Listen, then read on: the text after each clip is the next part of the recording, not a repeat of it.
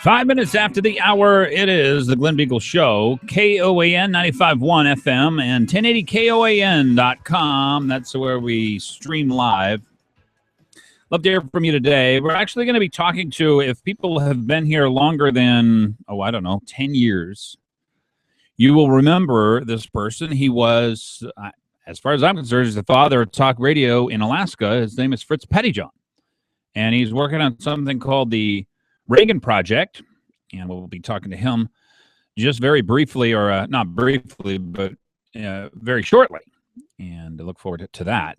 He was sort of a hero of mine. We were on a board together in the past, and you're listening to the Glen Biegel Show, again, 569-1080, and we were on a board to try and fix our judiciary. Alaskans for Judicial Reform was what it was called, and this was after the marriage announcement that Judge Green from up in the Fairbanks made, decided that marriage did not just cover man and woman, just by himself. No laws, no nothing. He just declared, if you guys don't pass a constitutional amendment to make marriage man and woman, then marriage will be wide open. Marriage will have no definition in the state of Alaska. And so Fritz Pettyjohn and I were on a board together and trying to fight that one out. We were successful in, at least in getting a marriage amendment to Mormons, by the way. Just a lot of history that comes up whenever I meet people from the past. So we'll get a good view of what he's doing with the Reagan Project. The hour sponsor for this hour of the Glen Biegel Show is A&A The Shop. If you're looking at Subaru, well, how about this? The best shop in Anchorage, 6 out of the last 12 years. That's pretty good, and it's mostly because they're great at what they do. They're all ASC certified mechanics. On dealership can't claim that. If you take your Ford and trade it in at the Subaru dealership, well, guess what? They're going to work on a Ford. At A&A The Shop. That is why they have such a high rating. 36-month, 36,000-mile in-house warranty. It's amazing on both parts and labor. Now, a lot of places, they'll give you that on the parts, but they're not going to give you that on the labor. But A&A The Shop does that. 562-3919 here in town and out in Eagle River, 696-2096. I am not in a position to have to explain myself very often, but I find myself in a position of needing to explain myself today. Is that a fair way to put it, Bonnie? I think it deserves some time. I'm not ashamed of supporting people who are conservative, and I every call I make to my wife where I say, Christina, I think we need to give $100 to this candidate or that candidate. I know that money is coming out of a real budget, that we don't have $100 extra to give.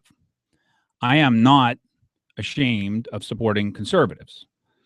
Now, that isn't to say that I get to support every conservative who enters a race. Sometimes I make decisions. So you will know, and you will note, that I supported Amy Demboski in this election. I hope what you have seen from this program is I treat any candidate who comes on. Dustin Darden, gave him the floor. I wasn't trying to shoot him down. I let him say what he wanted to say. He said it very well. Dan Coffey was on yesterday. I don't think anybody, a fair interview, a good interview, but a fair interview. I didn't try to shoot him down. And so Paul Bauer, who frankly I consider to be a conservative, but unelectable for whatever reason. I don't even know why he's unelectable, to be quite frank with you. It might have something to do with his wife. She got into a tussle with Dave Steeren a couple of years ago. I don't know, but I've always liked Paul Bauer. So anyway, he wrote this piece and put it on my Facebook page. Most people would block Paul Bauer and take it down from their Facebook page. I'm not ashamed of participating in the political arena.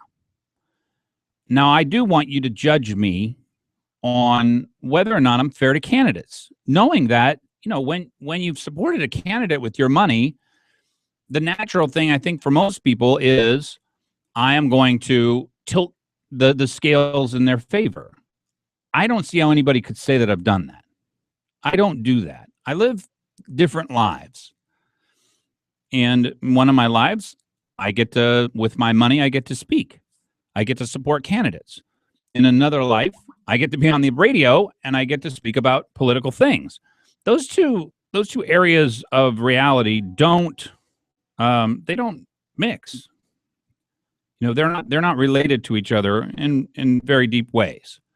So if you judge me that I have not been fair, then I think you're judging me harshly because I think I've been everything I've been fair. And I will continue to be fair to any person who's running for office. This microphone is not for me to make political arguments other than about ideology, not really about people. At times, people's ideologies become clear, and then we make, like, for instance, Halcrow. Okay, Halcrow is not conservative. Halcrow is courting the teachers union. Therefore, I'm going to point that out. Now, Paul Bauer, to me, he's a non-issue in the race. There are 4 people running for mayor. By running for mayor, you haven't put your $10 in and you're listed or you're in the list. I don't care whether you're in the list. I care whether or not you're out fundraising. I care whether or not you have an organization behind you. I care whether or not you have signs. I care whether or not you have a chance and whether you've made your case to every interest group, every person, every part of the political spectrum that is going to give you a chance to win. That's what I care about. All right. So just to be clear, I am not ashamed of giving money politically. It is difficult for me to do. It is my responsibility. It's your responsibility. I don't want to hear that you don't have $100 to give to some political candidate. If you find a political candidate you believe in, well, then put your money where your mouth is, buddy. I mean, honestly. What are we in this life? Are we just going to hide? We're going to complain. We're going to go to our neighbors or go to our chess club or wherever, and we're going to complain to them, but we're not going to speak politically. Well, then you're a coward, right? You're useless. Go out, find a candidate, and give them money. Put their sign in your yard. Make a difference with your life. That's the way I live my life. So those are the kind of people who I organize with, and I'm not ashamed of it. So I just wanted that to be clear. Let me go to the phones here, 569-1080. Talk to Jeff Lenfield. Hey, Jeff, welcome. Hey, Glenn, how's it going? Yeah, I saw that thing on press, whatever, quote-unquote press release from that Bauer guy. And I mean, the guy obviously thinks he's really important. And he's running for mayor. Because he's 10, 12 people are running for mayor. But, That's right. I mean, if you can't talk to people and give the case for why you're running for mayor or for public office, because you're worried they like somebody else. I mean, I think you're playing the wrong game. You should probably do something else. Well, this is what's odd about it, so Jeff. Bizarre. Very bizarre. He could have come on the air, and if he did sense that I was playing the field, right, and I was trying, wouldn't it be great to confront me right on the air? How powerful that would have been. Well, Dan Coffey didn't notice anything strange about my interview with him because there was nothing strange about it. Well, it's the whole point. I mean, like you said, people support people, but it's like, I mean, it's like Paul's telling me I don't have the right to support a candidate. And Paul Bauer, you're wrong. I do have every right to support a candidate. Like I said, I think that guy just thinks he's really important. And well, it's okay. I don't want to talk to Paul Bauer. I want to let people know it's not easy for me to give out of my family resources in order to play in the political realm. But I have a responsibility to do it, and so do you. Yeah, and I donate to people that I like. Good. People should do that. That's how the whole thing works. Well, I appreciate you backing me up there, Jeff. Yeah, no problem. Take it easy. All right. Yeah. Up and coming after the break here shortly, Fritz Pettyjohn, who is, he's a longtime hero of mine. My wife and I sort of came into the political scene with Fritz. It was Fritz and Rush, and that's how we lived our life for 8 or 10 years while he was on the radio. He's with the Reagan Project. When we come back, we will have him on with us 14 minutes after the hour.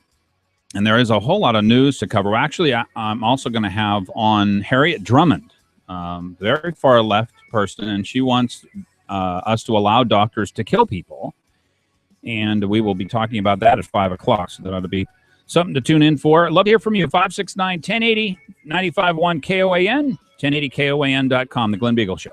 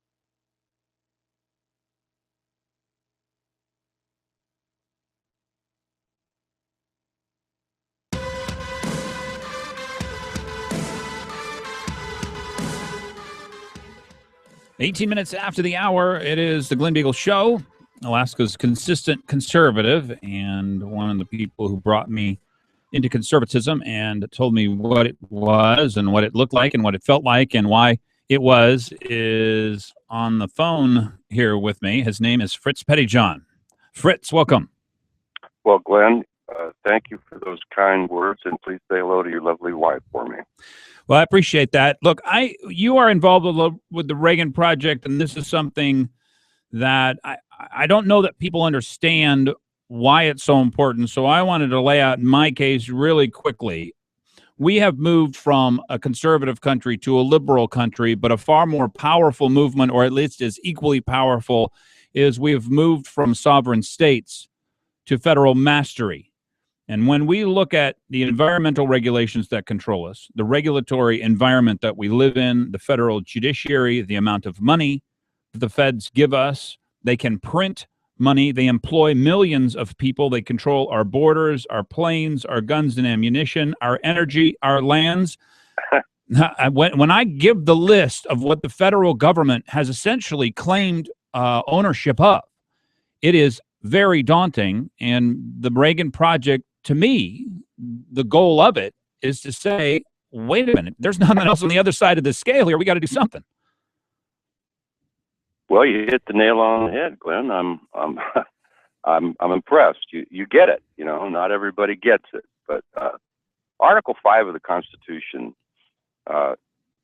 says that the people, through their state legislatures, have the power to control the federal government when it gets out of hand, as it is right now. We do that by amending the Constitution without the involvement of Congress or the federal government anyway, really. If 34 states pass resolutions, then there's an amendment convention. All Congress does is set the time and place. And the states get together with no involvement of Congress, anyone. They propose an amendment. What we're after is a balanced budget amendment. That's our proposal. And that would go out for ratification. And if it's ratified, then that's part of the Constitution. This is the mechanism that the framers put into the Constitution for the situation that we find ourselves in today. A federal government run amok without any controls on it, except those that can be imposed by the people through their state legislatures through Article 5. Well, it's a very powerful argument, and I don't think it could have been this needed. And I mean, John, a lot of people will remember him and remember him fondly from his many years of service on the radio on KENI from years ago.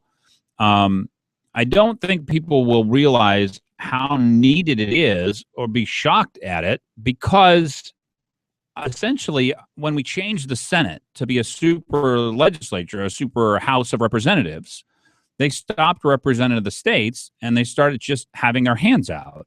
And then that became sort of the movement. And that's why the federal government has grown so big. But this they put in the Constitution almost with foresight. It's almost like they knew what was going to happen. And not almost with foresight, with total foresight. So they knew this was coming. Absolutely. They were so wise about human nature and knowing that, look, I'm going to do great things. Just give me a little bit of power. I'll print money. You won't have to worry about it. And then that got more and more and more and more. And we just kept handing over more and more power. Well, there's a way to get it back. Well, they gave us the tool. It's right there in the Constitution. All you have to do is have the will to act, like citizens, like people who are in control of our own destiny, who are not pawns. The tool is there. Just go to your state legislature, get them to act, and together with the legislatures of the 49 other states, we can fix this country. I want to get in. I'm talking again here with Fritz Pettyjohn. You'll remember him fondly, I think. Tell me where we are in this process, how many other people have done it, and the people who have been successful, the states where they have actually gotten their legislatures to get on board. What is it that they've done in order to make themselves successful? Well, every state is different, Glenn. Every state is different. We just got South Dakota 2 days ago, passed on a 19-13 vote in the state Senate. South Dakota is now our 25th state. I could tell you all about how we did it in South Dakota.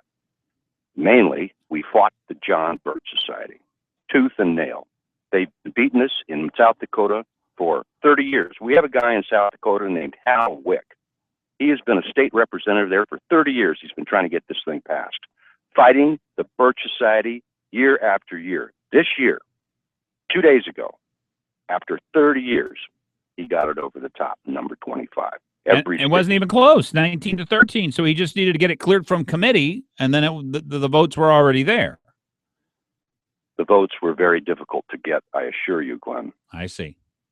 So this is something you got to fight for. It does not happen on its own. Every step of the way is a fight. What do the people who don't want this to happen, what do they argue? Yeah, clear who we're fighting. We're not fighting the Democrats. Right? We're not fighting the Democrats. We're fighting the John Birch Society. That is our opposition. That is what's holding us back. And I'm a lot of people aren't familiar with it. I've heard a little bit about it, and I didn't like what I did hear. Give us a little bit of a sense of where they came from, and maybe why they would be so strong for federal control. They're crazy people. They're crazy people. William F. Buckley booted them out of the conservative movement in 1964 because they thought Dwight D. Eisenhower was a communist. These people are crazy, and they're still around in pockets of this country like Montana, South Dakota, Idaho, Utah, Arizona, and Oklahoma. And those are the states that we need, and that's where all these crazy people are. Why would they want federal control? I don't know what the goal. I can see in Alaska, I can see people saying, well, we really like to, the federal teat is nice here. We get a whole bunch of federal money. Glenn, you got to understand, these people are crazy. They think this whole Article 5 thing is a plot to overthrow the government. Oh, because they think that there are no boundaries on the outside of it. Tell us what the boundaries are, because I do want to answer this question. It's a question that a lot of people have about Article 5. There is a convention of the states, a constitutional convention, and then there is this Article 5 process, which is different from my understanding. No, they're not different. It's just a difference in nomenclature. What happens is once 34 states have passed a resolution, the resolution contains the subject matter which will be considered at the convention. Each state must have the same subject matter in order for the 34 to aggregate, to count. Once those 34 are in, a convention takes place. The subject of the convention is the subject that was called into question when the resolutions went to Congress. That is their jurisdiction. That is what they are able to act upon, is that proposal, in our case, a balanced budget amendment. They have no authority outside of that. And I could go on and on. Believe me, Glenn. Well, that needs to be very clear, because a lot of people, first of all, I would say this to the John Birch Society. Look, the federal government has taken over essentially all areas of life. They could shut your house down. They can shut your business down. They can stop you. They can do whatever they want through the regulations and laws they already have. We need some kind of balance here already. So in the end, I wouldn't be as opposed, even if it were wide open. But you're saying that it's very tight, very tightly controlled, and it's not wide open. And nobody wants an open convention. Nobody.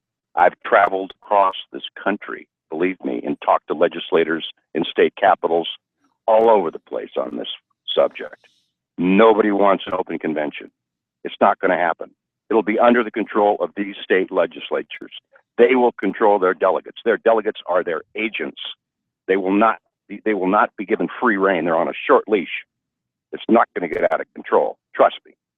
Well, I like it. And I really wish we would do this. There has to be something on the other side of the balance. And right now there's nothing. The federal government appears to be able to take as much power as it wants, pass whatever laws it wants. It already has our lands and is looking for control over more. Fritz Pettyjohn, I really appreciate this. Go out to ReaganProject.com and maybe we can fight for this here. Do we have a champion, by the way? What do you mean a champion? Of Alaska. Oh, we passed it in Alaska 30 years ago when I was in the state Senate. Oh, wow. How about that? I didn't know that. All right. Well, good news. I'm glad you're out there. I'm glad you're fighting for it. It's good talking to you, Glenn. I'm glad to hear you still got the fire in the belly. Oh yeah, absolutely. I got 9 kids to raise, so I'm gonna have a fire in the belly for a long time. I get it. 28 minutes after the hour, the Glen Biegel Show. Thanks, Fritz. Appreciate it. Stay tuned.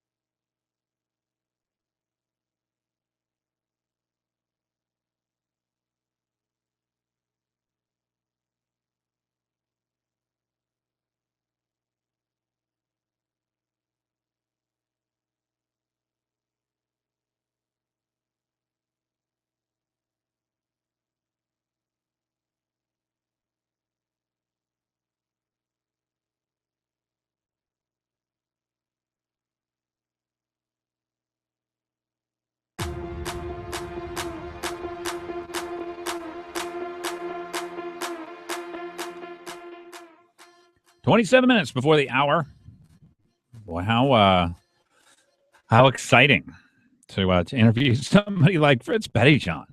My goodness. He was a real fireball. Oh, man. Feisty. Well, the thing is, most people, I don't know that they know, but most people who act like conservatives on the radio, in my opinion, are not all that conservative. Look, being an ideological conservative takes a lot of courage. Just like when you are in the legislature and you act like a conservative, it takes a lot of courage because the people on the other side, they've got all the money. They've got the media, they got the money, they got the activists, they got, it's just very, very difficult. So a lot of times it's just lonely. But Fritz Pettyjohn was the light for years. And, like I said, I got to be on boards with him, and he is who you just heard, a true conservative, truly concerned about a federal government that does not have any sideboards. There's nothing which says the federal government can do this, but it can't do that. I mean, now can even force you to buy a product that you don't want, won't use. Transfer your money to somebody else who happens to be sick. Well, we call that charity, okay? That's what we used to call that. And I realized the Catholic Church sold us out, and they wanted this, what they called universal health care. That was a huge mistake, by the way. What you should be asking for, Catholic Church, if I may, as a Catholic, ask for charity to be rewarded. Give 150% reduction in your tax bill for your charitable giving. Incentivize charity. You know why? Because when we do that, it costs a lot less money to take care of the poor. We can take care of the poor. The Catholic Social Services and Charities, the Salvation Army, these places take care of the poor like nobody does. No, they're not going to give you a $1,200 rent check. No, they're not. They're not going to give you $800 worth of food every month, but they might give you $80, which will get you by. Anyway, but to me, and when you look at the federal government, and what are we going to do? I just would ask you that. Exactly what are we going to do? If they can print $1 trillion, if they can borrow $1 trillion every year, that's $2 trillion. How much money have you got to fight $2 trillion that they could print or borrow every year? How much political speech do you think you'd have in order to offset that kind of power? There's no amount of political speech that can offset $2 trillion a year. You just can't do it. In essence, yes, we get to talk. We get the idea that we're still citizens and that we make this huge difference. We have to figure out how to cut the head off the beast. And the head on the beast is debt. At some point, somebody is going to stop us from printing and borrowing money. I don't know when that's going to happen. One thing I can tell you, though, and this I can tell you for an absolute fact, the people who are printing and borrowing money will never suffer the consequences for that printing and borrowing. Bill Clinton and Hillary Clinton are not going to suffer for printing and borrowing money. Mark Begich is not going to suffer for printing and borrowing money. He's already rich. He's getting paid $2 million as a lobbyist. So he's made it. He doesn't care. It doesn't make any difference. What does make a difference is just you and me trying to get through day to day. To me, that's what makes a difference. And so we have to figure out how we as individual people can have some effect on this massive behemoth called the federal government. Well, we know we can have at least some effect on our legislature. They got a whole bunch of phone calls from you about the law of the sea treaty and coastal zone management, which is a disaster of a bill, which should absolutely be opposed. Whether coastal zone management, whether the law of the sea treaty is in it or not. They got a whole bunch of calls from us, and it started freaking them out because you know what you were saying? You're not conservative like you said. Some of the people down there are conservatives. They made a huge mistake, and they're listening to you. Now, not all of them are, but you're having an impact. We can have an impact locally. The federal government, what do you think the federal government cares? You think Sally Jewell cares? She doesn't even care when a senator tells her whatever. We had Dan Sullivan on here, and she blew him off. Well, I mean, she thinks she's going to. You want me to prove, by the way, how little difference it makes for us to have political speech when they can print $2 trillion, borrow $1 trillion, and print $1 trillion? New York's most expensive home. This is from the Daily News about 2 or 3 days ago. Madison Avenue penthouse to hit market for a record $150 million for a condo. They're selling a condo for $150 million. You know who's got money? It's not you, by the way. It's not me, by the way. We're working extra jobs. We're pinching pennies. We're trying to figure out how to keep our cars on the road. Some people have money and they have it by the truckload, by the barrel, by the bucket. $150 million comes from us printing $1 trillion and borrowing $1 trillion and giving it to Wall Street, and then they get to buy $150 million penthouses. This never happened before, ever. This never happened before. This is new. This is not normal. It's not fair. It's not just. It's not reasonable.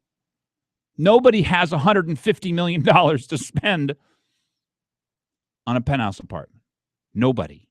Unless they stole it from the next generation. Nobody has that kind of money. Nobody ever did. You want to know what the head of IBM, the largest corporation, second or third largest in the world at the time, back in about 1995, the head of IBM got paid $2 million a year. $2 million. One of the largest corporations in the world. These banksters get paid $100 million a year. It's crazy. It doesn't even make any sense. And it's not fair. And it's not just. And it's not right. And it can't continue. So Fritz, working with the Reagan Project, reaganproject.com, he says, okay, somehow we got to balance this out. I want a balanced budget amendment. Are the feds going to give it to us? You think all these federales, all these guys down in Washington, D.C. spending $3.5 trillion, printing $1 trillion, borrowing $1 trillion, you think that they're going to stop asking for cash? Unless we, the people, tell them that's what we want? I don't think so. I honestly don't. But I think we can. We get 34 states to say we want a balanced budget amendment. Will the state of Alaska suffer? No. You know what will happen? As soon as we throw off federal mastery, are they going to keep their bases here? Of course they're going to keep their bases here. Dan Sullivan laid this out. We have something that no one else has. Real estate. We also have training grounds, and we've got the best place to keep soldiers anywhere in the United States by far. So then we're not going to get rid of these bases if that's what you're worried about. The one thing we will get rid of, though, is when the government runs out of money, when the federal government runs out of money and they can't tell us what to do, we'll get our schools back. We'll get our lands back. We'll get our production and our energy back. There's a lot of good things that will happen. And you know what? Short-sighted people look at this and go, well, we really need that federal cash. No, I don't think so. We're surrounded by boatloads, bucket loads of money in the form of oil and gold and copper and molybdenum and all kinds of stuff. Rare earth metals.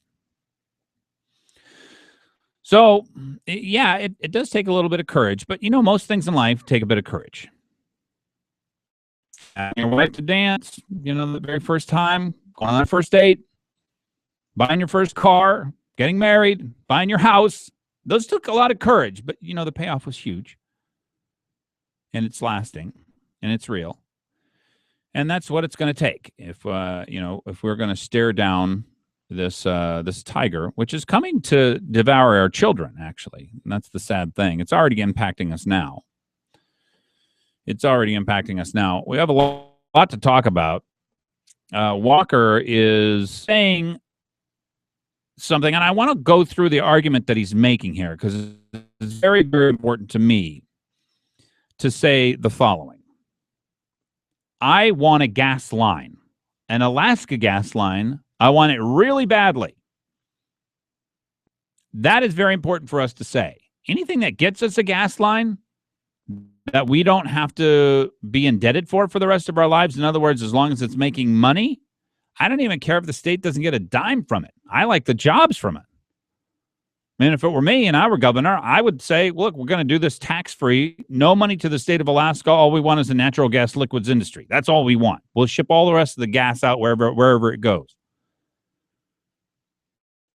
That would be my take on it. So he's come up with a totally new proposal, and I want to talk it through. And I think it's going to take a little bit of time. And I know that there are going to be people on both who are going to be worried about either outcome, and I'm worried about either outcome. Because our government oftentimes does not pay attention to marketplaces. Yeah, you're thinking fish factory, so am I. Now, I don't know that we're in fish factory land. We may be in much worse area than fish factory land because at least we could sell that off for 1 or 40% of what it was originally built for. Lots to talk about on the program. 16 minutes before the hour, it is the Glen Biegel Show. 95.1 KOAN, 1080KOAN.com. That's where we stream live. I hope you give me a call, 569-1080. When we come back, we're going to talk about these 3 people that Walker has put forth to the Alaska Gasline Development Corporation and also his suggestion on how to move the pipeline forward. Stay tuned.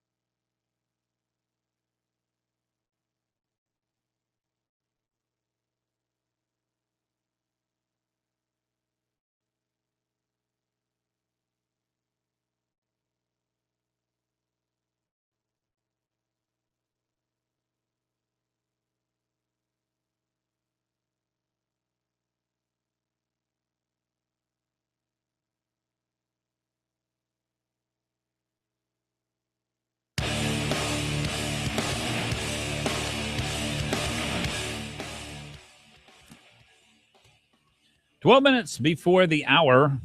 There's some big news to tell you after I tell you about my favorite place to go car shopping.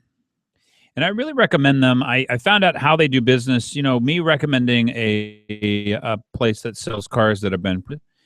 It took a lot of convincing, and it turned out that the person who is the owner was a longtime listener to the program. And when he told me how he made sure that he had the best chance to sell great cars to his customers, where he got them from, a lot of them aren't from Alaska.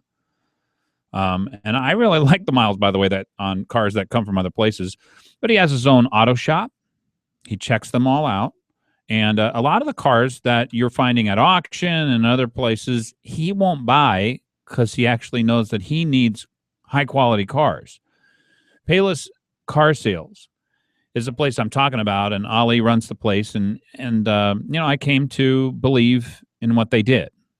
And I really do believe in it. It's not a high-pressure sales situation. They don't have individual sales quotas or anything like that. So if you go over to 919 East 5th, I think what you'll find is good cars. They're all listed at or below NADA, and you bargain from there.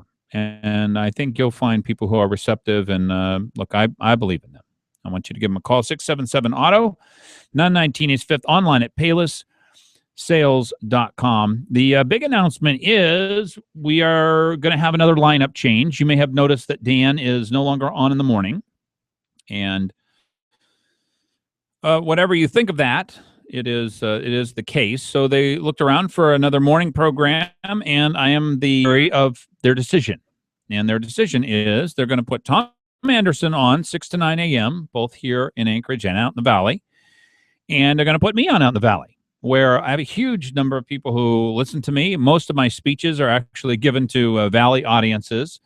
And I've had the pleasure of working with Conservative Patriots Group and the Alaska Republican Assembly and the Second Amendment groups. I mean, I have had the pleasure of working with just about every conservative organization in the Valley over the years. And so we're going to be on in the Valley. So that's the big announcement, Bonnie. I love my Valley peeps. Mm-hmm. I've got a lot of friends out in the Valley, and they are going to be happy about this because they love you too. Well, I appreciate that. And I'm looking forward to it. I think we're going to make a big difference. And, the real difficult thing with starting a new program is you have to build audience. And even though I think what we put on here is a true vision and version of conservatism, it's not fake. I'm not making it up. I'm not just trying to get a rise out of people.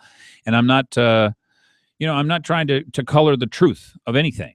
But I think a lot of that does go on. So if you want this show to succeed and want to be a part of it, first of all, I'd love to hear your voice, have you call 569-1080, but tell your friends about us, tweet about us, Facebook us, all that kind of stuff. Harriet Drummond's going to be on, by the way. That ought to be very interesting. And she wants us to sanction doctors killing people, which she's already actually made this case about abortion.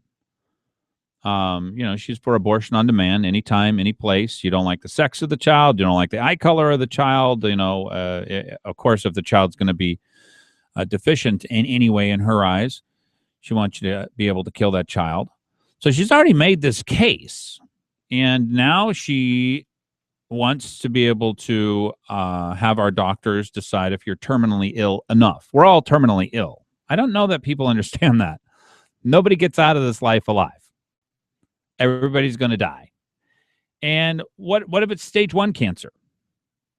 What if it's stage 2? What if it's stage 3? What's dying enough? So what they normally do when you're truly suffering is they give you enough pain medication so that you don't realize, you don't feel the suffering that your body is going through as it's going through it, and you pass away, over the course of days. She wants to preempt that process. And I think when people get right down to the very last stages, they sort of understand it. The problem's on the other end of the process. There's a lot of people who want to die who may be a little bit sick. What if you have AIDS? That's a terminal disease, as far as I understand it. Are you going to kill people for that? Not kill people, but allow doctors to kill people? The thing about it is there's a little less than certainty when whether you're going to live through your disease or not. A lot of people do make it out of stage 4 cancer. shockingly, stage 3. We don't like to have to make decisions for this, but here's the problem, and here's the conundrum that I'll present to Harriet Drummond. Abortion was supposed to be legal in cases of the life of the mother. Then they said, well, you know what? We really need the health of the mother in there too, because something could, threaten her health, and her health meaning her life. Then her health meaning, if it was really serious, we should still consider it. And then health meant weight gain and headaches. And then health meant anything. And there are doctors today who will say, look, you're allowed to terminate your child for any reason that you want. You just tell me that you want to. I will write to you that your health is going to be impaired by your pregnancy.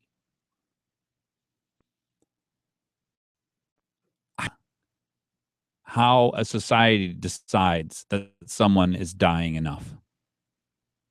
I do know that if we give people the right to do this, and we give doctors the right to kill people, that there are doctors out there who are not well. They're not wise. They don't know. And a lot of people want to die. A lot of people day to day have real difficulties in this life. They are not happy people every single day, every minute of every day. And a lot of them are sick. All of us are terminal. What if a doctor says, you know what? I can inject you with a serum. It'll give you stage 1 cancer.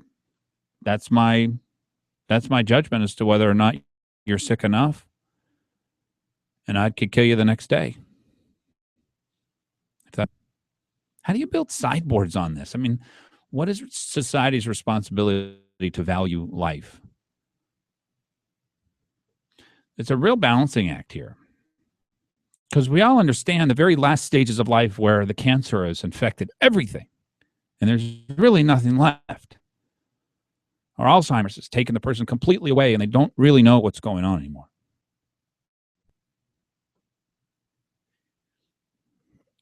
Well, a lot of us get that. But I don't know how you build that into a law like this, because just like abortion, it doesn't work out that way. It does not work out that way. Once you say that a doctor can sanction killing someone and then kill them under the law, you've created a totally different society.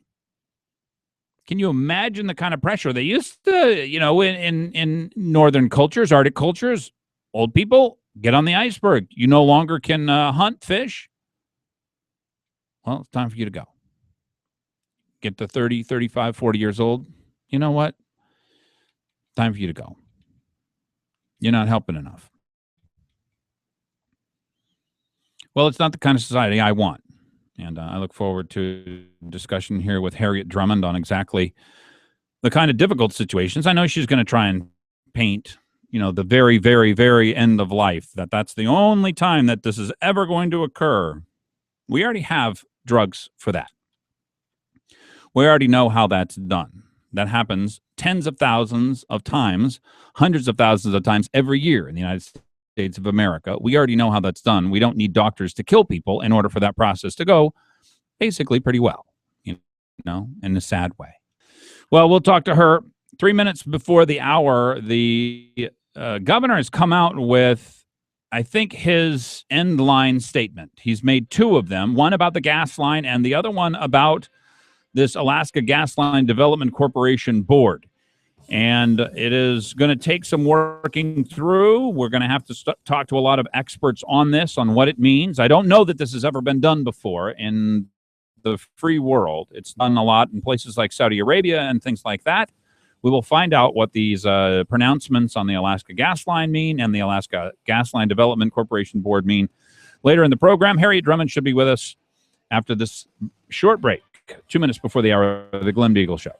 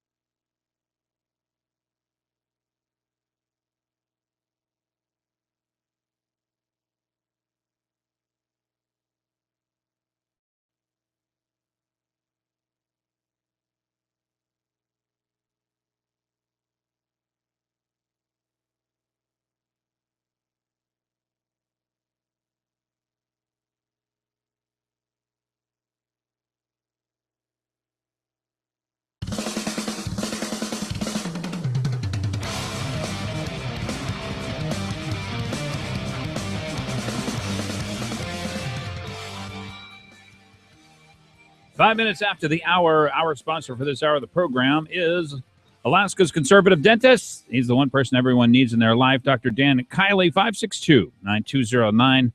He is located in Midtown, 4050 Lake Otis Parkway, and you can find him at lakeotisdental.com. And if you become a patient of his, as he is my dentist, you will find out what is on the ceiling of a conservative dentistry. It's a very important piece of information to know. I would love to have your phone calls during this segment. If you'd like to add in your voice, we have Representative Harriet Drummond here on the Glen Biegel Show, KON 95.1, KOAN and 1080KON.com. Representative Drummond, thanks for joining the program. You're most welcome, Glenn. Before we get to the right to die legislation, I would like to get your take on how the Democrats are approaching the budget crisis.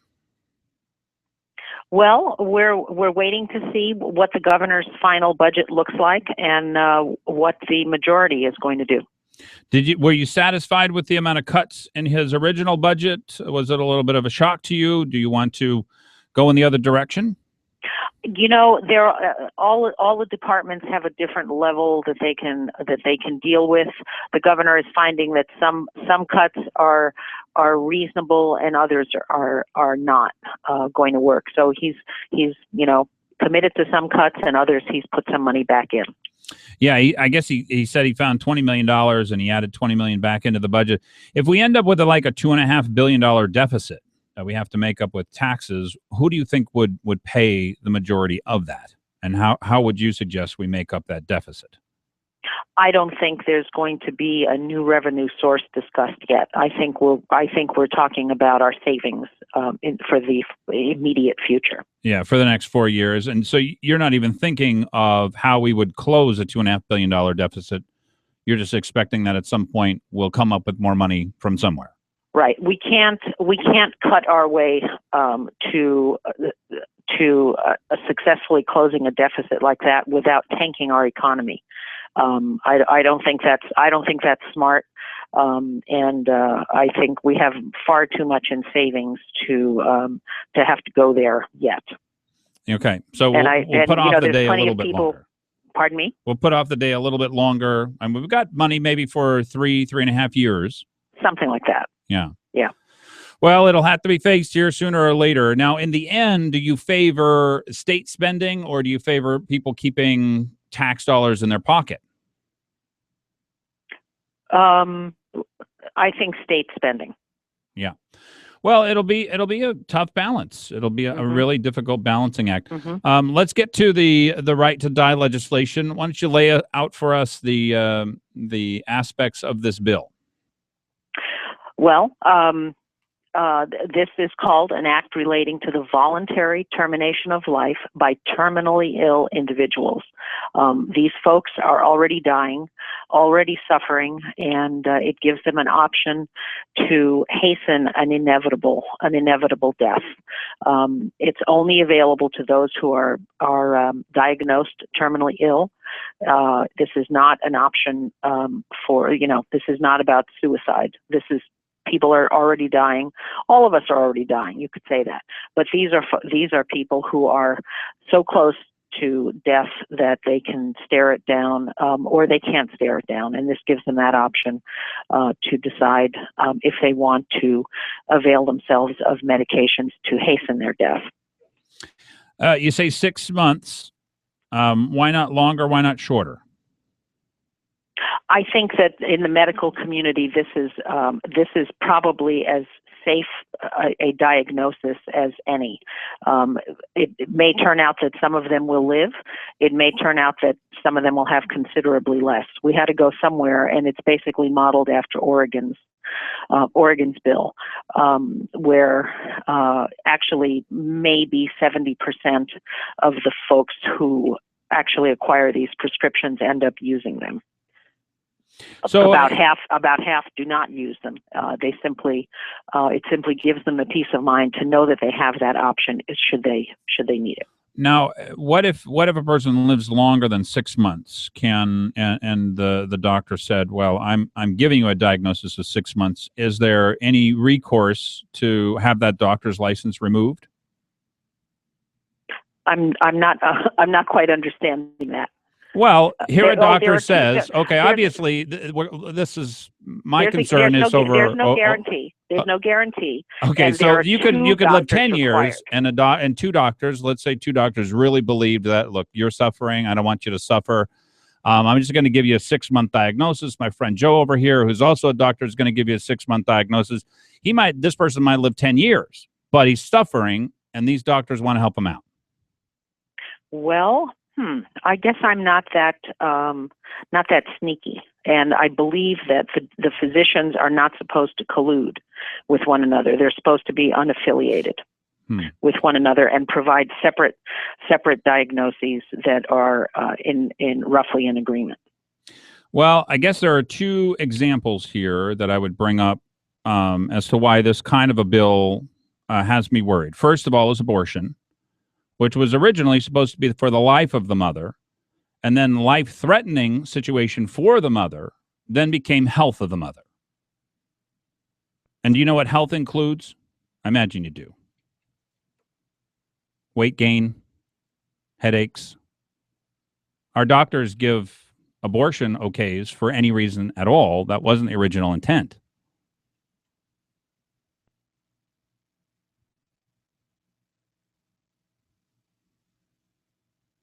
And your point is, we're talking about people who are doctors dying. don't do things that you want them to do. You're giving a doctor the right to have someone kill themselves, and they don't always do what you think that they're going to do. The sideboards that you've built here are 6 months with no penalty. If it's a 10-year diagnosis, and that's what they should be giving, but they give a 6-month diagnosis, there's no penalty on the doctor.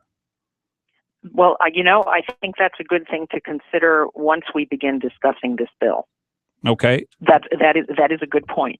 I would have a difficult time believing that two unaffiliated doctors would choose to cheat the system the same way. What about and no one is forced to take advantage of this. No one in the healthcare community is forced to participate. It's optional. Well, of course. Well, we only have like 3 or 4 abortion doctors in the whole state of Alaska. They provide all the thousands of abortions that happen. So it doesn't take very many doctors. We only have 3 or 4 abortionists in the whole state. We're talking about terminal illnesses here, Glenn. Can you return to the subject? Sure. The other example that I'd like to give where doctors have not done what you wanted them to do and what I wanted them to do and what society asked them to do is medical marijuana. And your question is? Well, my question is, I don't believe that the sideboards that you've built here, where there's no penalty for a doctor going outside, and maybe it's a year, maybe it's 2 years, but it's a really miserable illness. Maybe maybe the person injects themselves with a cancer and they just want to kill themselves, and they can get this drug, get a diagnosis from a doctor. They've injected themselves with some kind of thing, which gives them a 6-month diagnosis, and then they can kill themselves 2 days later. Interesting. That is not the way this legislation is intended to work. I agree. Don't you find it a little? This is a complete changing of society, a complete changing of doctors. Doctors meant to save people. Who wants this, by the way? Is there a hemlock society behind this? Are there people? Because what I've been hearing from most people, almost, and essentially every person who is dying, there is a huge process that the family goes through. It is a time of healing. It is a time of bringing together. Mm-hmm. That's true. And in many cases, if you look at the way this law has operated in Oregon for nearly 20 years, many families and individuals who are facing death get the prescriptions, actually acquire the medications, but never use them. It turns out that simply having the medications in their hand and knowing that they have that option at any time gives them the freedom to focus on their families and the quality of life that they have without worrying about whether it's going to come sooner or later. And the fact that only about half of them actually use the medication and choose to take this way out says to me that I think this gives people peace of mind and it gives them the freedom to make that choice. Yeah. Well, look, I think and I've had nobody request me for this legislation. I was simply moved by the 29-year-old young woman who went to Oregon from California. She had brain cancer, and she had to relocate herself and her immediate family to in order to escape a seriously painful death. Yeah. So you have one on that side. Did you ever look into any time anybody misused this? No, I have not. Do you have any idea how often doctors are wrong in their prognosis or diagnosis of someone dying within 6 months? Well, that's why we require at least 2 doctors. Do you know how often doctors are wrong? Oh, probably 50% of the time. Probably 50% of the time. Well, look, 2 different viewpoints at work here. I really appreciate you answering all my questions and bringing us up to date on the Democrats' approach to the budget as well. Thank you, Representative Harriet Drummond. You're welcome, Glenn. Thank you. All right. Anand is online. We'll be with him after this break. 16 minutes after the hour, the Glen Biegel Show, which will be playing both here in Anchorage and out in the Valley starting Monday. It is my pleasure to be with you, which you'd call 569-1080, and we can talk about whether or not Harriet Drummond, to fix one person's bad life situation, is going to allow doctors to kill patients. Total change to society. But they use the one-off situation. You know it'll be abused. You just know it will be, just like abortion and just like marijuana and medical marijuana. 16 minutes after the hour, the Glen Biegel Show.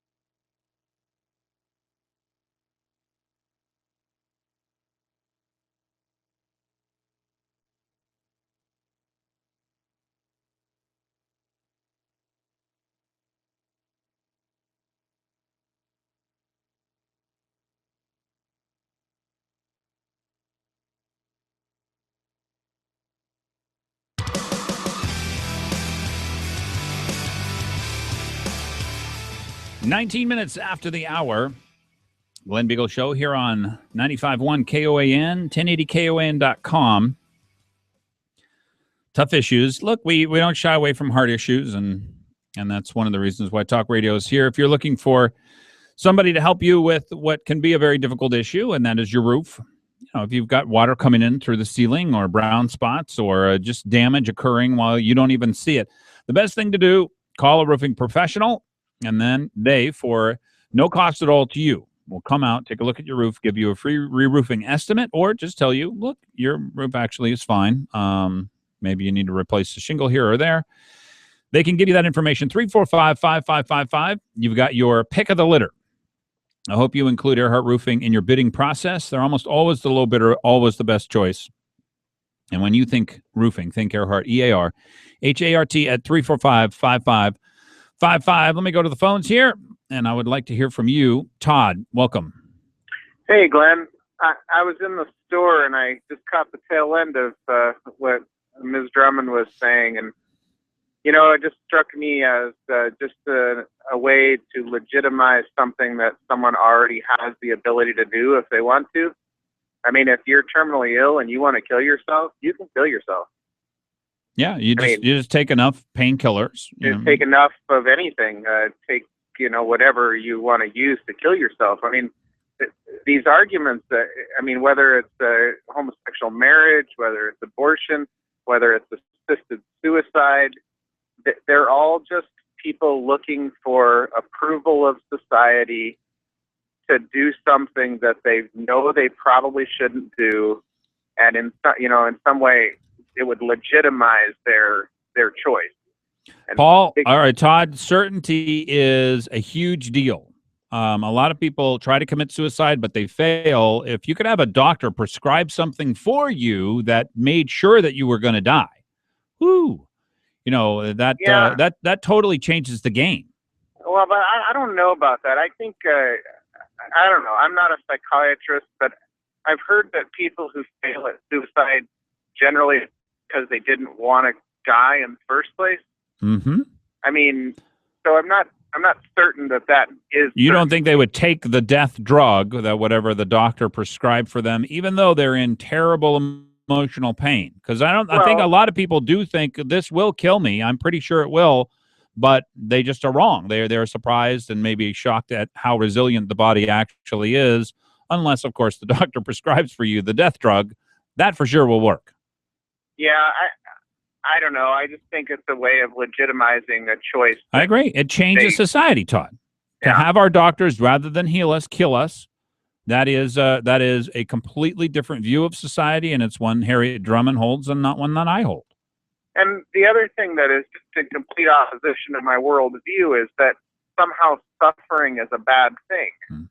I mean, I don't want to suffer. I don't want to see my family suffer, but there's spiritual growth that can take place from suffering. There's learning of compassion from those who watch others suffer. There's a lot of, without suffering, you don't understand joy.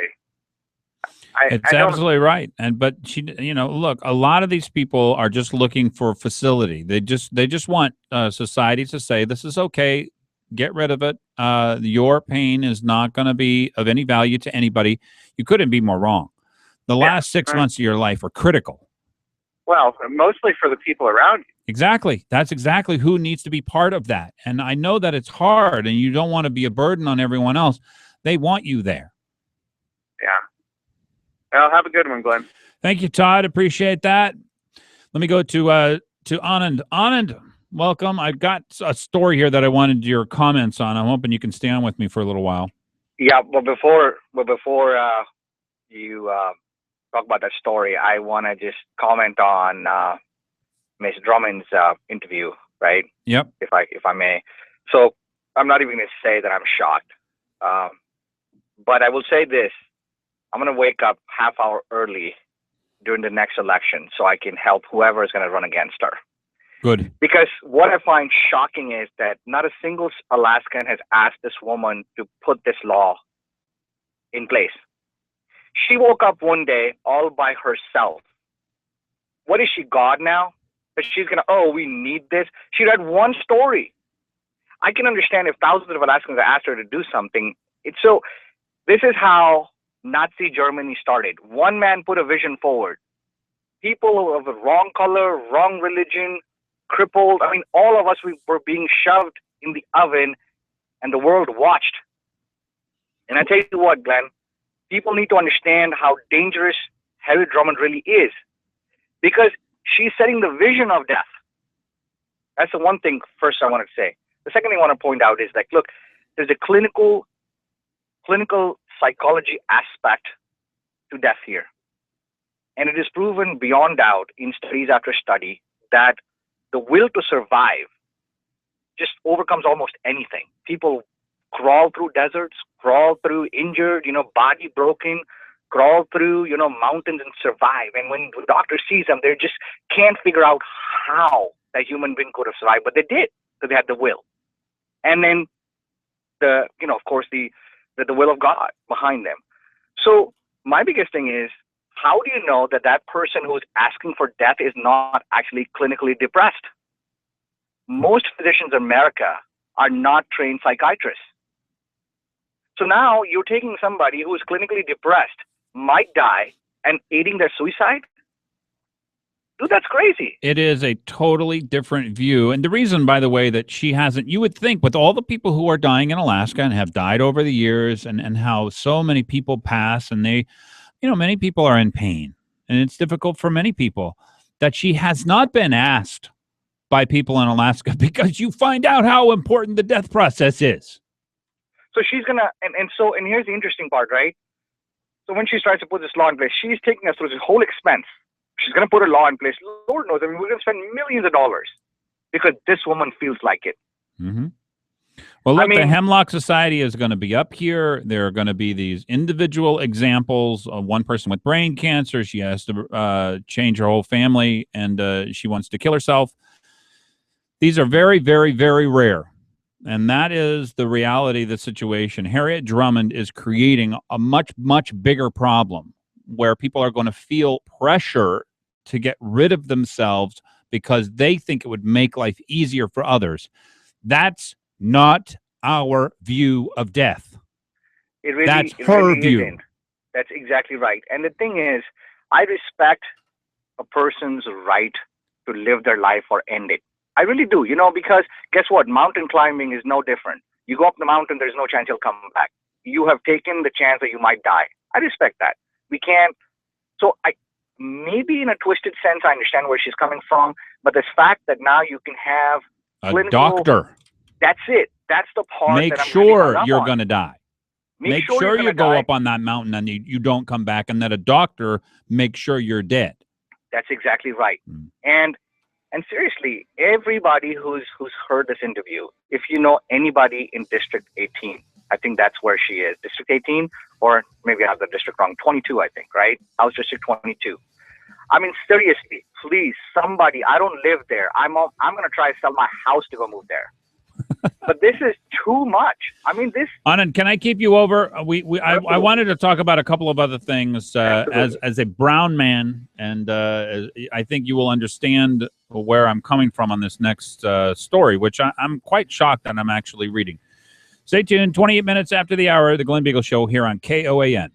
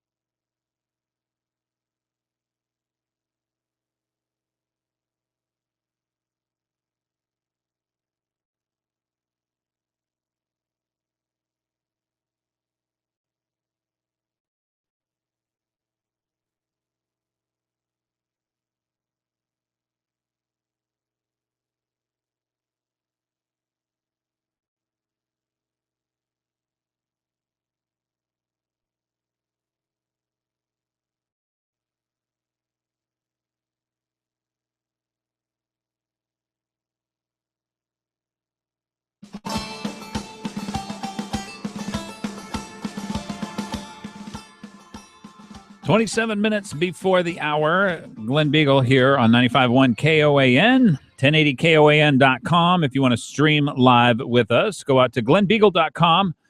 And I think we should have our email addresses soon, Bonnie. We're going to be Glen at glenbiegel.com and Bonnie at glenbiegel.com. Those are coming. I don't know that they're there yet. You are listening to Conservative Talk Radio, and we just had Harriet Drummond on with very eye-opening. And, you know, the way that you can tell an honest liberal, by the way, I asked her, because obviously we're going to end up with a $2.5 billion deficit. She's not worried about it. We got savings. Going to be a couple of years from now. We're going to run out of savings. I said, well, how would you prioritize state spending, or would you prioritize people keeping money, you know, their own money in their pockets? She said, oh, I'd prioritize state spending. Look, I like honesty. Do you understand how refreshing that is? That's beautiful. Yeah, but the way you said it was hilarious. And then she took the easy way. It was so positive sounding. Yes. we like to be positive here. Give me a call, 569-1080. The one of the sponsors for the show, Country Financial. I went through a 2-hour process with them. Kent, one of the folks over there at Country Financial, asked me questions basically for 2 hours about what my investments, what kind of a return, how I wanted to live in retirement, you know, what I expected my expenses to be, and what I would need to save in order to get there. You're not going to figure that out without somebody like Kent. I didn't want to tell you that. Your retirement will not turn out how you want it to unless you plan it out. So between that and the insurance requirements, I hadn't updated my house insurance for years. My car insurance was inadequate. I mean, there were a whole bunch of different problems that I had. And so if you don't go through the process with somebody like Country Financial, you know, it's either going to be them or somebody else. And these guys are great at what they do. Mike Daniels and his team, 15 locations. I mean, you want to deal with local people who you can call, people who are going to be there for you. And that's the great thing about Country Financial. More than 85 years in the business, and Mike Daniels and his team are there for you with 13 locations across the state of Alaska, 5 here in town, 5 up in the Mat-Su. You can get to Country Financial at 866-COUNTRY, and country is spelled COUNTRY. Well, it's my favorite part of the show. I have to be honest with you. Let me go back to the phones, 569-1080, and talk to Anand. Hello. Hey, man. All right. So my wife caught something that I said. She actually texted me about it, and she only texts me when I really, truly screw up. But I didn't screw up this time. I called you a brown man, and the reason I did is because people over at KTVA highlighted a story that I wanted to ask you about. And I am a brown man. You are a brown. I am absolutely brown. And you know what? I wake up in the morning because I'm white on the inside. Yeah. And I try to wash myself hard and scrub hard, just hoping that this brown color would wash away and I would just be white and blonde with lots of hair. But I'm a bald, brown, ridiculous little man. I love it. All right. Well, here is why I said it. This is the title of a story at KTVA. Anchorage Community Dialogue focuses on setting the bar higher for young men of color. What are we to make of that? What are they trying to say? It's mystifying, man. It really is. Because, I mean, maybe in a convoluted sense, I understand what they're trying to say. Maybe they're trying to say that people that are not white, people like me, that we need to have better role models, right? But when you say a man of color, it just means everything that is not white, right? Okay. Yellow. But why would we be setting bars higher for, look, the bar needs to be set high for everybody. Right. I mean, what is the NAACP, the National Association for the Advancement of Colored People? And it's really liberal colored people because they don't care about anybody who's conservative. But what are they trying to say? I mean, black families used to have higher marriage rates, higher fatherhood rates than white families did. And that's all changed since we did the war on poverty and the massive federal government and all these bureaucracies. What are they trying to say? What is it that the NAACP is trying to say here? And remember, before I answer your question, the Anchorage School District just did some kind of a show and tell with NAACP, where they were also trying to allude to something similar, where they said that we need to figure out how to get more people or young men of color more chances and things of that nature. And I will tell you this, I know if they're referring to black people, let's just talk about that. If they're referring to African Americans, right?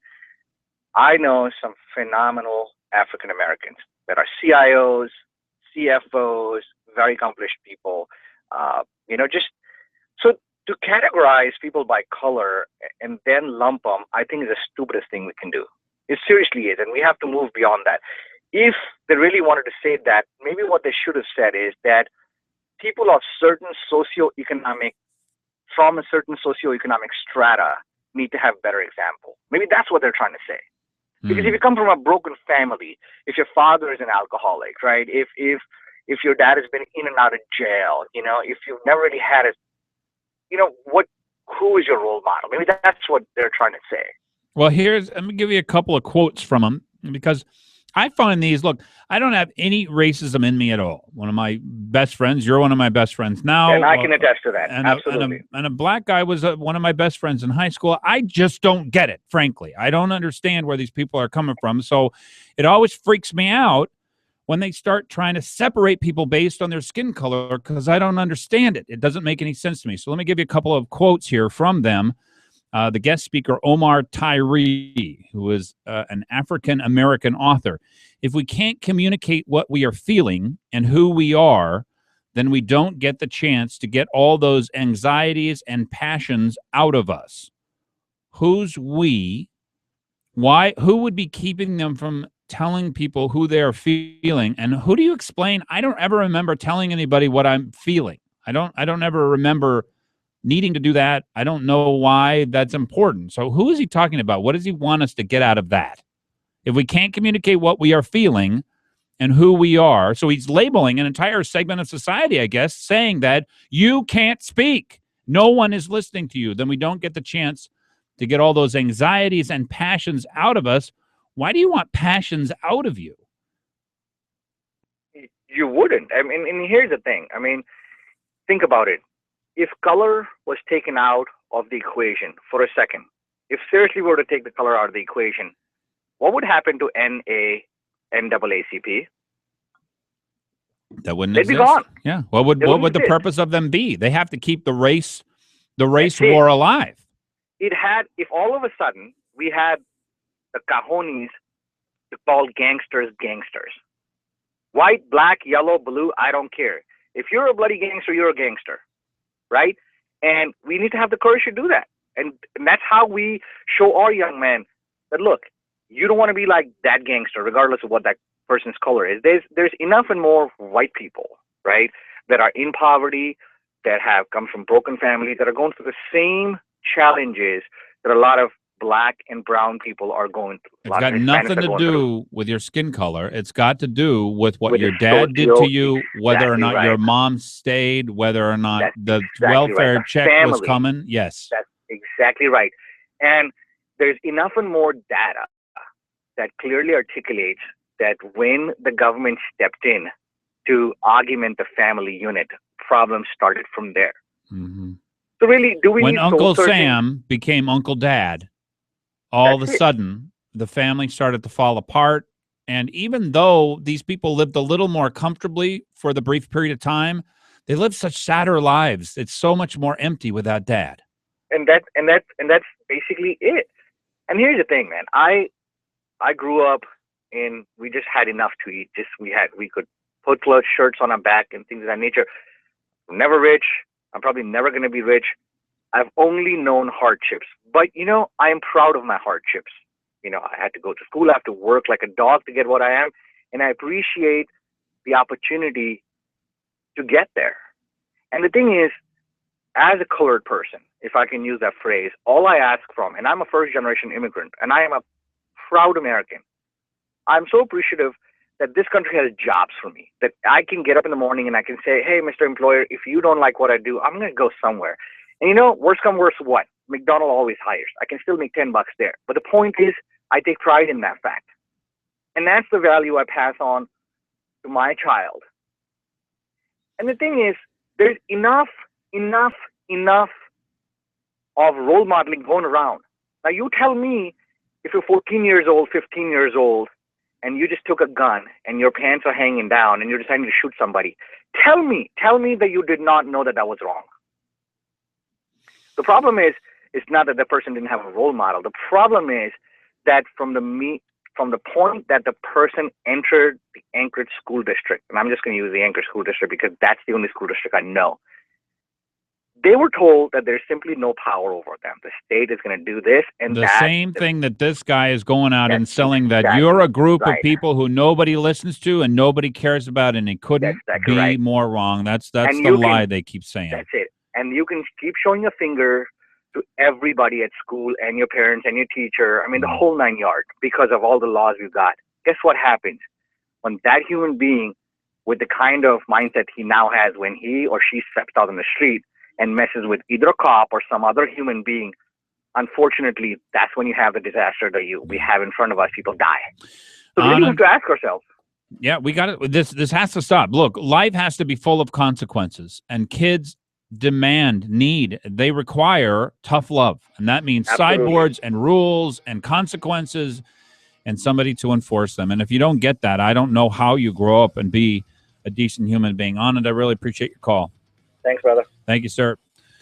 569-1080. Take your phone calls when we come back. 15 minutes before the hour, the Glen Biegel Show here on KOAN 95.1 and 1080KOAN.com. Go check me out at glenbiegel.com as well. You'll find all the stories that met the status of being required reading for the day. Stay tuned.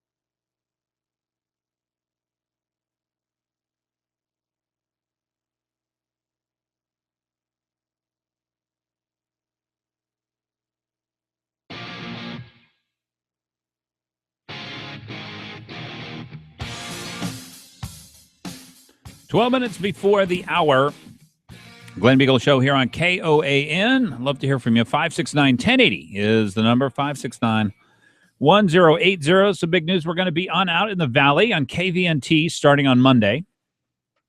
And we're going to have Tom Anderson lead off the day here on KOAN and KVNT. So he will be taking Dan Fagan's slot and putting on a 3-hour show. Joe Miller is on just before me. If you haven't heard his show, he's got national guests, and he still covers Alaska politics. He does a great job. I've been really surprised at his growth over time.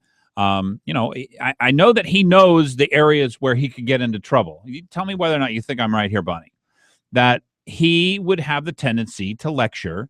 He does not do that. He has conversations constantly, and he does a great job of it. He did. I was actually listening for that today, because he does have a tendency, because he is so knowledgeable, to go on and on about a subject, but he asks the questions and let his guests give their answer. Yeah. Look, I will tell you, I've been impressed, and I hope you give him a listen.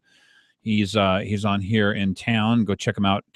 He would stream live as well at 1080 KOAN.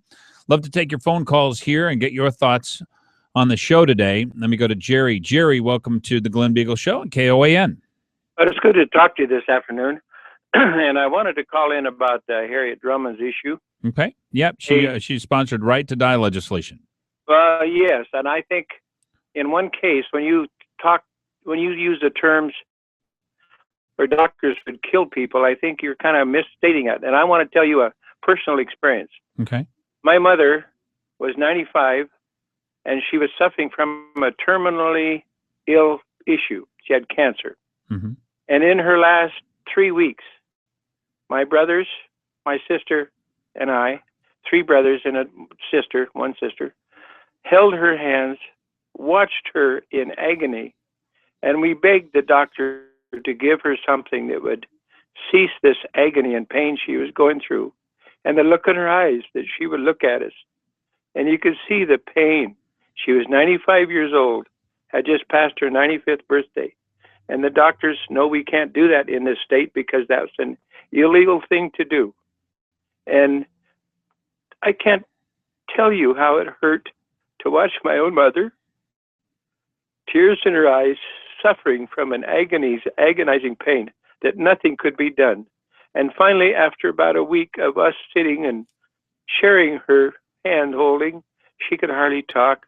And she would say goodbye to each of us in time. And finally, she did pass.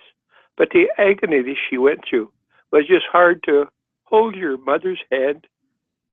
She was 95, and to watch her suffer when nothing could be done.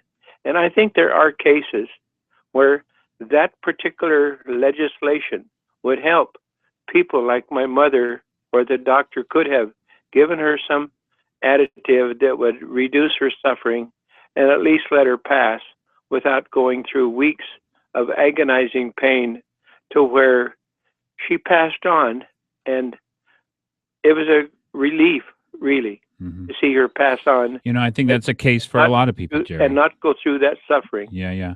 Now, here's the question I have, because they're talking about people 6 months out, and maybe it's a year out, maybe it's 2 years out. But a couple of doctors say, yeah, you might pass on in 6 months, but that's our diagnosis. They're not punished if they give the wrong one. Now, your mother probably had very late term stage 4 cancer. Yes, she did. Yeah. And this was back in the mid 80s, so it was before they had. Now the one thing that has changed dramatically is the pain medications they have now are almost 100% effective. Well, they didn't have them then, and I'm talking about the circumstances I went through. Sure. And her sister now, will be celebrating her 100th birthday. Oh my gosh. June. Yeah. Wow. My oldest brother is 90. My next brother to him will be having his 90th birthday in August.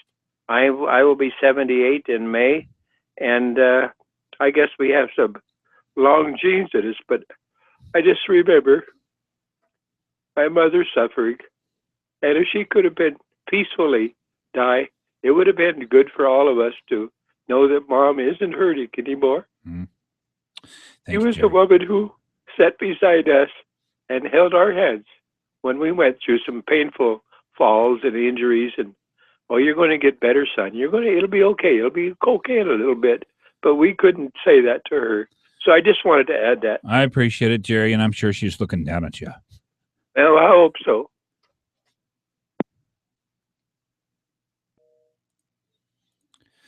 Catherine, welcome. Hi.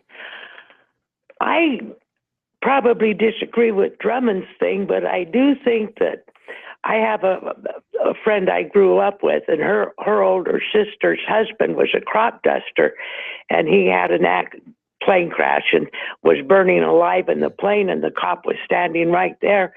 The sister was begging him to kill him because he was burning alive, and he was begging the cop to kill him. And cop said, I can't. You know, I just can't. I'd go to jail.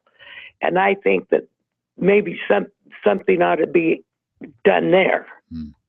You know, Catherine, here's the problem. Those circumstances are so rare, and they require such assuredness and such judgment that we just don't allow those kinds of things, because people can make wrong judgments and bad judgments, and you just don't know. So for the brief suffering that man went through, we don't allow our police to do that. We don't allow our doctors to do that. Even if it goes on for a couple of weeks, as I said, the pain medications that we have are almost 100% effective. You will feel nothing. Anymore. He couldn't take a shot or anything. No. Well, look, that is a much more direct. I would be shocked if very many people thought the police ought to be able to kill people if they were in a situation they were suffering. I just would be shocked. I mean, you just don't do that. You can't allow your police to make that kind of a judgment call. You just can't, because then where does that stop? I mean, there's no way to judge whether or not in any given situation what will happen. I mean, maybe somebody will come along and save that person, and then they'll be okay. But I don't think we could do that.